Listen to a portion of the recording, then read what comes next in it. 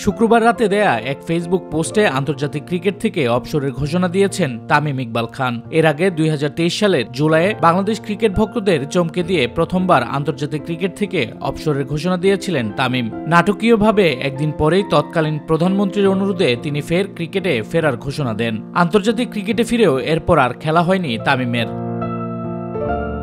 সর্বশেষ ওয়ানডে বিশ্বকাপের দল থেকে তিনি সরিয়ে নেন নিজেকে। এরপর থেকে তার জাতীয় দলে ফেরার সময় নিয়ে অনিশ্চয়তার পেন্ডুলাম দুলছিল। সেই পরিস্থিতিতেই দ্বিতীয় দফায় চূড়ান্ত সিদ্ধান্তটি জানিয়ে দিলেন দেশসেরা এই ওপেনার।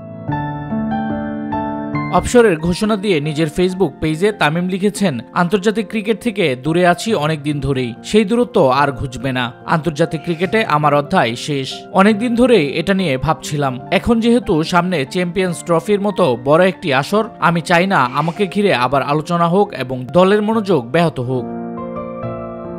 2007 সালে বাংলাদেশের হয়ে একটি আন্তর্জাতিক ক্রিকেটে অভিষেকের পর 70টি টেস্ট, 243টি ওয়ানডে এবং 78টি আন্তর্জাতিক টি-20 ম্যাচ খেলেছেন দেশসেরা এই ব্যাটার।